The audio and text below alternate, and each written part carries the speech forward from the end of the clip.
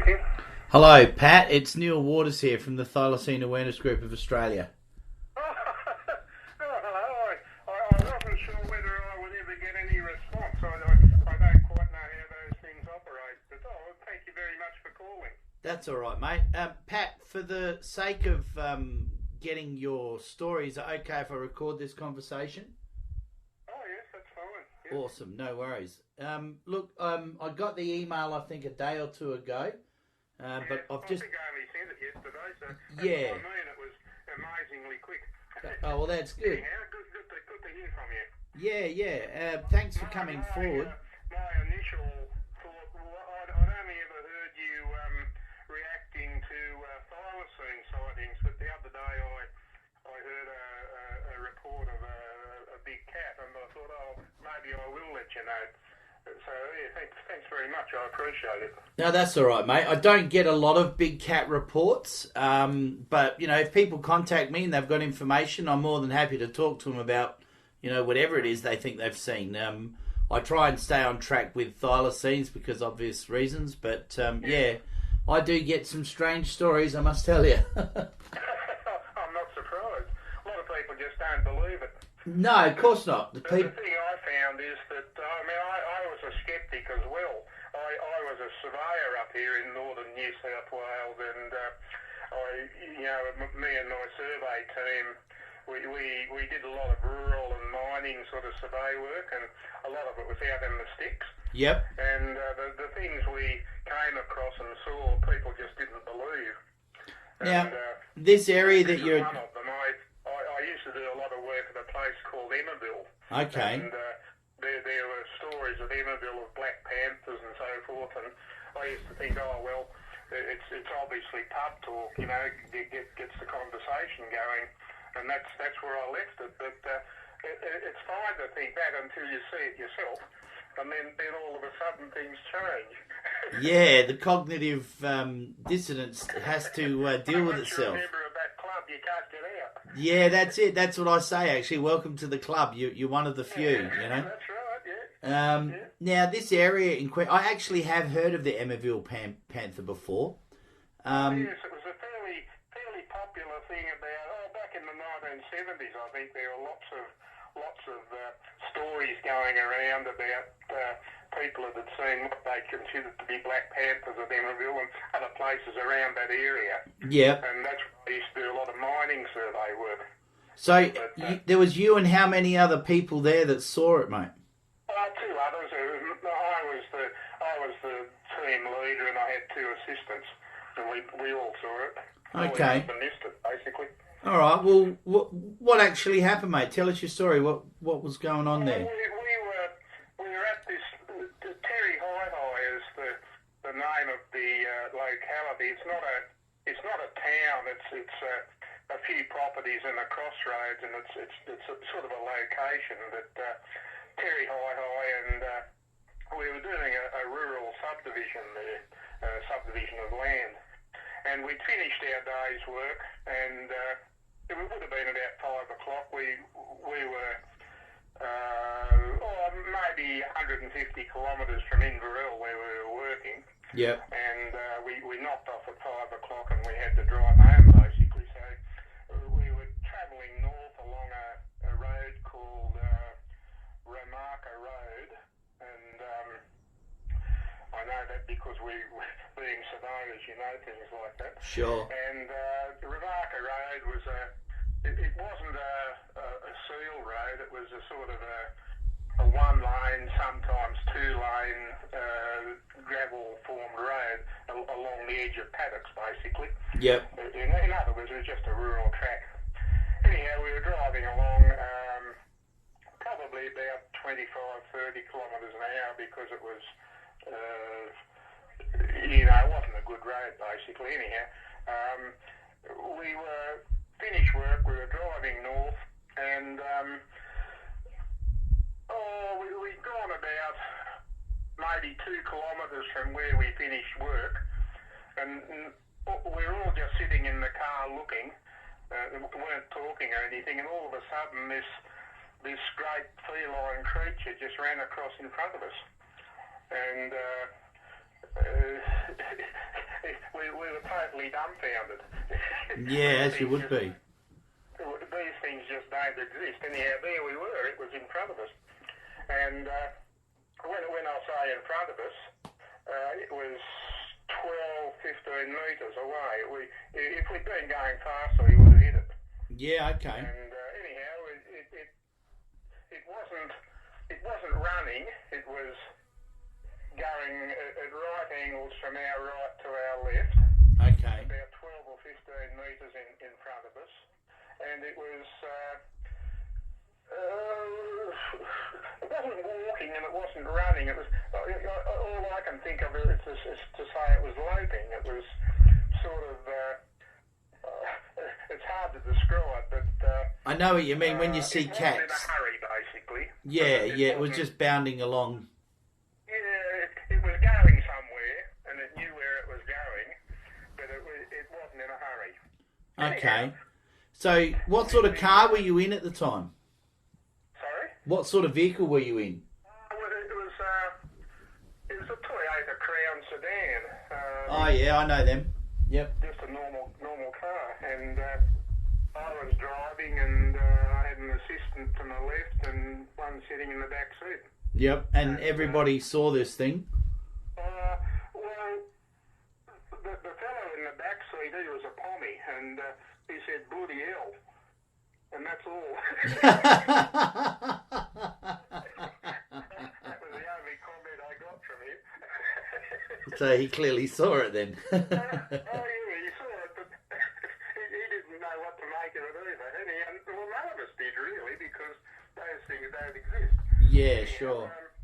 This feline creature crossed the road in front of us about 12 to 15 metres, and I can be pretty accurate about the distance because we were surveyors. That was our job, to know distances and things like that. Yeah, you take note of these things all day, every day.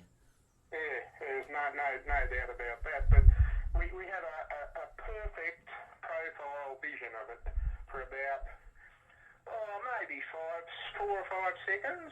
Yeah.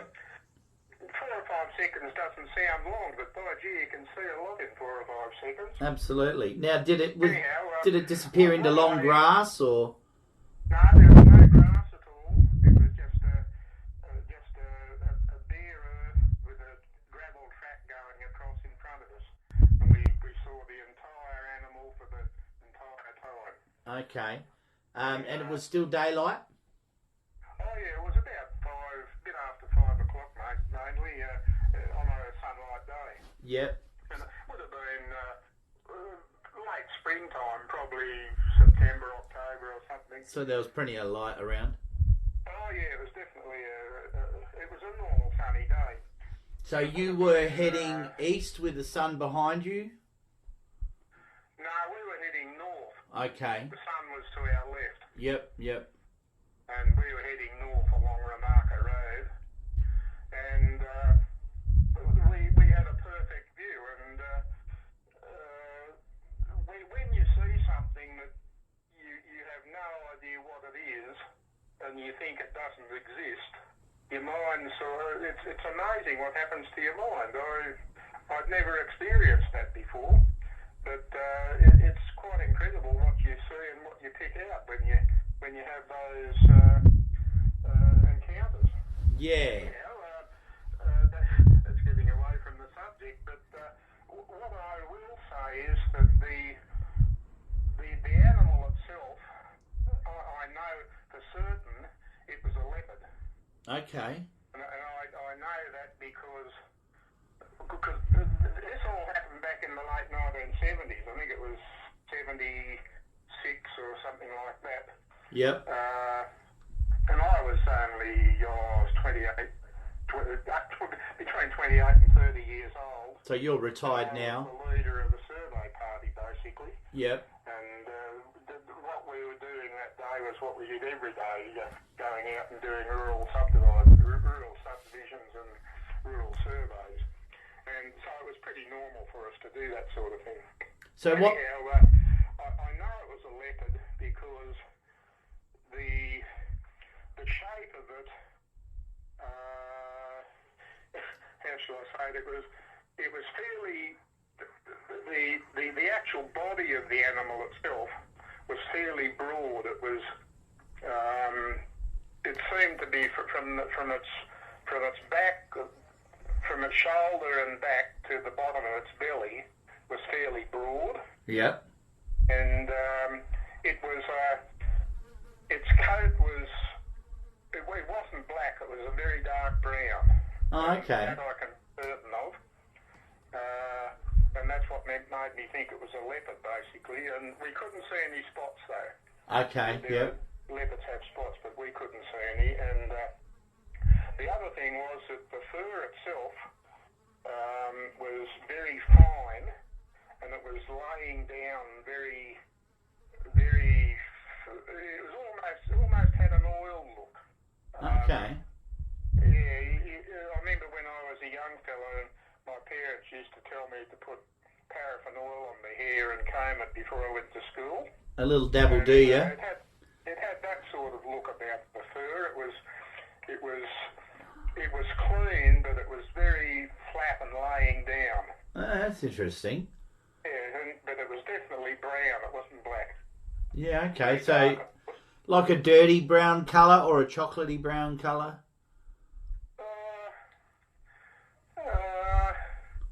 Like dark chocolate. Yeah, okay. If you saw it a long way away, you'd think, oh yes, that's black. But we saw it very close. Yep. And we got a full view of it in full light. And it was definitely a dark brown.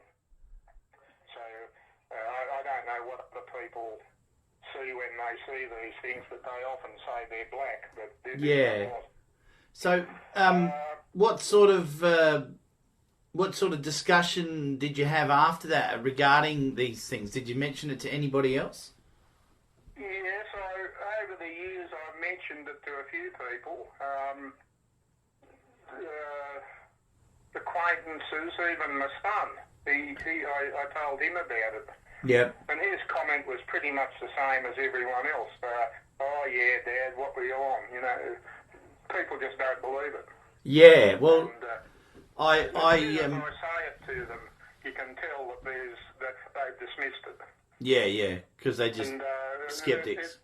To me, it's I suppose I was that way myself when I used to be up at these survey camps at Emmaville and places like that. People used to talk about it, and I must admit I was a skeptic, and I used to think, oh yeah, pub talk. Yeah. But as I say, when you've seen it yourself, it becomes a bit different. Yeah. That's why my emails don't believe my eyes, because that's what people say to me all the time, you know. Yeah, that's right. Couldn't believe our eyes. Something that you'd probably be interested in, the size of it was, it would have been 70. The actual body itself, the torso would have been 70 to 75 centimetres long. Yep. And the tail would have been that long again. Yep. The back. And the tail was relatively, maybe had a little bit of a curve upward, but it was relatively straight. Yep. And it was an even thickness all the way to the end. Okay. And the other thing I noted was that the head of the animal was very close to the torso. It didn't have much of a neck. Well, it didn't appear to have much of a neck anyhow. The head was very close. Maybe, I'm just trying to think of size, maybe the head would have only been 20 centimetres at the top front of the torso. I know what you mean, from the shoulder. Yeah. And we couldn't really see any ears. And the other thing was that the animal didn't even acknowledge that we were there. It looked straight ahead and didn't falter in its gait, and it just kept going straight. Okay.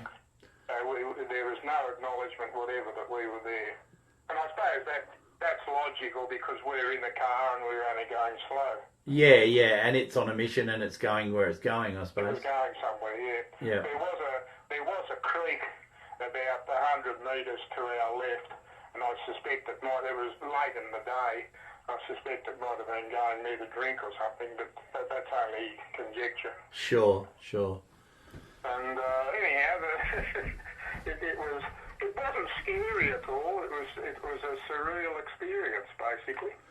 Yeah, The other thing was that the three of us in the car, apart from the fellow in the back, who said all we got was just bloody hell. He didn't say anything else. And the Max, the fellow that was sitting beside me, just went, oh, and that was it. Yeah, okay. He saw something and he acknowledged it, but that was it. We didn't know what to think, basically. Yeah, well, it's usually a bit of a shock to the system when you encounter an unusual animal that's not meant to exist, that's for sure. Well, that's what I mean about my mind's reaction. I mean, when you've seen something like that, you've seen it and it's in your memory. Yeah. And in spite of telling people and giving graphic descriptions and things like that, people just do not believe it. And I can see why now, because I was much the same until I saw it myself. Yep. And next time you went in the Inverell pub, what'd you have to say then? Or Emmaville, sorry. I've never been in a pub in Inverell. Oh, well, that's all right then. No, people put up inverted commas, I'm one of those arty-farty people. No, that's all right, mate. That's all good. We're all different. That's what makes the world unique. Cricket and football and pubs are not my scene. Yeah, no, I get that. I totally get that. Anyhow, the people I haven't told lots of people, simply because I know what they'll say. Yeah. But I was quite surprised when I told my son about it, and he said, oh yeah, Dad, what were you on? And even my son doesn't believe me. Yeah, no, look, it's one of those things, I deal with skeptics daily, and on YouTube there's some very nasty ones, because they've all got these unknown identities for their accounts, so that you can't even find out who they really are, so... Right, yeah. But they're just trolls, basically, online. They just heckle everybody and get their kicks doing that sort of thing. So I just sort of boot them and block them. I don't really even respond to them half the time. Yeah, well, I mean, obviously it's a long time since the late 1970s till now, and I've had this in my mind all of that time, and I thought, I'm not going to live forever, and I thought, I better get it on record somewhere. Oh, that's good, mate. I appreciate that. That's excellent. I had a lady 4 years ago now, 4 years ago. What are we? 6 years ago. This year it'll be actually. And we had a meet and greet in South Australia when we first started all this crazy thylacine research, and I had a lady who rang me. She came to the meet and greet, but she rang me about 2 weeks before to tell me her sighting of a thylacine on the Nullarbor. And I was the first person she'd ever told, and it was in the 1960s. She'd never told anybody. Kept it to herself the entire time, but I think she just appreciated my frankness and my style of delivery for accepting people's information. So she came forward and she told me her story, and her husband was with her when she saw it, but she never told him because she was worried he'd shoot it, because they were working on a station out there. So she never told him, she never told her daughter, and then she one day came out and told me. So, and it was like 50 years she'd sat on that information before she told me, so I felt very privileged. Well, I can understand why. Yeah, absolutely. I know people's response when you tell them things like that. Yeah, well, that's why I've sort of designed the whole way I do things, to protect people who want to come forward and not have them heckled. And we've got a Facebook group, and it's pretty tight now. It used to get a lot of hecklers in there before, but if people just want to argue, they can go away. It's there for the people that have seen it and the people that want to understand about it that haven't seen it. So. I take the criticisms on my chin pretty much, because I'm tired of arguing with people. I just want to see this get proved one day. You always get the people who want to upset things. Basically, they're part of humanity. Yeah, that's it. There's an opposite to everything, so all good. Now, one of the things I was going to mention to you, there was a fellow named Michael Williams. Yeah, I know Mike. Well, he had a website. He was in the Blue Mountains, I think, and he had a website, and I tried to contact him and give him this information. Right, and how'd you go? He vanished. I have no idea what happened to him. Oh, okay. Yeah, he doesn't like me. I think I get a bit too much media exposure for his liking. He's an author. All right. Well, he had a website called AustralianBigCats.com, and I've tried locating a phone number and the website, and nothing is available anymore. So, okay. Yeah, he's changed his focus onto thylacines now, and he's got some historical research group on Facebook, and if anybody mentions a mainland thylacine on there, God forbid, he loses his mind and, you know, brings out all the lovely derogatory comments about me being a wacko and all the rest of it. And, you got to expect that. Yeah, so I just take it with a grain of salt. I'll mention back in, as I said, I'm not a cricket or footy or pub person. I'm being an ex-surveyor, and I'm 74 years old now, but I'm sort of past all of that stuff. But, sure. I used to do a lot of bushwalking and camping and almost exploring of native country and that type of thing. Yep. And drawing maps. And I did a bushwalk in southwest Tasmania from Geeveston across the Western Arthur Range to Scott's Peak Dam. This was back in the early 1980s. Yeah. And we did our walk. There were 4 or 5 of us. And we were driving from Launceston back up to Burnie to catch the ferry across. And we actually sighted a thylacine in northern Tasmania back in those days. Wow. And I'm not quite sure. It would have been around Christmas sometime.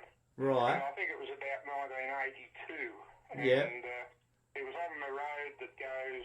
We'd gone from Launceston up to the north coast, and we were driving west along. It was a fairly main road. Okay. And it went through some farming properties with lots of grassy areas and fences, and I'm not quite sure what you call the place, but anyhow, we were just puttering along, yakking and so forth, and we noticed on our right-hand side there was an animal going into the grass. Yeah. And I thought, oh yeah, that's a dog. But when we got closer, I'm quite certain it was the thylacine. We only saw the back half of it. Okay. And it was disappearing into the grass. The grass was about 2.5, 3 feet high, and it was sort of straw-coloured grass. Yep. But I'd never seen a thylacine except in pictures. Yep. And one of the people in the car was a student vet, and one was a backwoodsman. Yep. And 2 of them were fitness instructors, basically. So we all had our wits about us.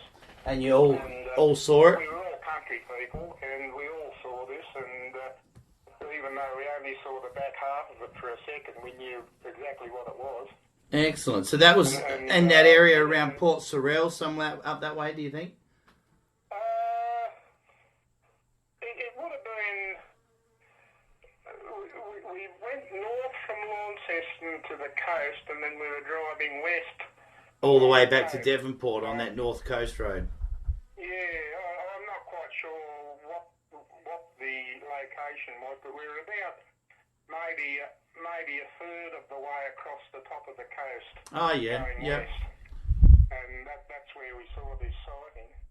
But that would have been in 1982, and we all said, they are still alive. Yeah, there was a lot of sightings in the 80s, and you thought it might have been enough to stop them declaring extinction, but nah, they still declared extinction. It didn't make any difference. Nah. And one of us being a vet, when a person like that says, great, they're not extinct. Yeah, that's it. You think it'd give it more credence, but it just doesn't. It's a personal knowledge that sort of puts you above the race, Yeah, I had a vet look at our photos with over 30 years experience, and he said unequivocally, it's not this, it's not that, and it's not that. He said, "No, I think it probably is a thylacine, but I can only give you 80% because it's not smiling at the camera." That's right, yeah. But, you know, all the critics come out and they think that one guy said it's not, so it can't be, you know? Yeah, well, this animal that we saw disappearing into the grass, a lot of people would look at it and say, "Oh, yeah, that's an Alsatian dog or something." But when you look at the tail of it and the rear quarters, the abdomen of the body comes out behind the back legs and starts forming the tail. Yeah, it continues on. Yeah, the tail's a continuation of the spine. That's right, and that's what we saw. Yep. Even though we only saw it for half a second. Yep. There's no doubt that that's what it was. Yeah, no, that's awesome. That's just a side comment, basically. My reporters, the leopard. Well, not too many people see a big cat and a thylacine in one life, so good on you. That's fantastic. It's only because being a surveyor and sort of a bushwalker and explorer and that type of thing, it was my lifestyle to be out in the bush, basically, and that's, of course, where these things are. Well, that's it. You're never going to see one sitting on the couch. The other thing about it is that this leopard we saw, if you look on Google Earth, you'll see that there's a lot of natural forest and rangeland up around to the east of that area. Yep. It'd be certainly tens of square kilometres anyhow. So is that west of the Great Divide? Oh yeah, long way west. Yeah. Okay. Moree. Oh, Moree. I know Moree. Yep. Almost to Moree. Yeah. Yeah, we used to go up that way to Brisbane in my dad's truck when I was a kid. Okay, right. Yeah. I know that country. It's only about 20 or 30 kilometres. What's the name of those mountains just above Moree there to the east? That little range there that's part of the Great Divide. There's another range there. There's none to the north of Moree, none to the east of Moree. The Warren Bungles are south of Moree. Yeah, the Warren Bungles. But where the little boy lost was. Remember that movie, The Little Boy Lost? Yeah. Yeah, that was up there. Yeah, it was up. I remember Dad telling me about it. He used to point at the mountains. It would have been northeast of Moree, maybe half an hour. No, it's not northeast of Yeah, Moree. where you were was west. I spent 20 years out there, and there's no mountains northeast of Moree. Okay. Well, it was along that stretch of road before you get to Boggabilla, anyway. Yeah, the south of Moree, basically. Yeah, it might have been. Yeah. Fairly big natural forest area. Yeah, and you got the Pilliga a bit further south as well. Almost the Pilliga. Yep. Yeah. Awesome. Yeah, anyhow. All right, mate. Well, look, That's my report, basically, and it's good to get it on record. it's on the record now, and it'll be out on our YouTube channel in the next week or so. I'll get it sorted. I've got that much information coming in at the moment. It's not funny. I can't keep up with it. It's awesome. It really is. So I appreciate your time. Oh, that's all right. No problem. All right. Good on you, Patrick. Being retired, I don't have a lot of people to talk to. Yeah, no, I can appreciate that, mate. That's awesome. Good on you for coming forward. I appreciate it. Okay, well, I thank you kindly for contacting me. No worries. All the best. Okay. Ta-da. Bye.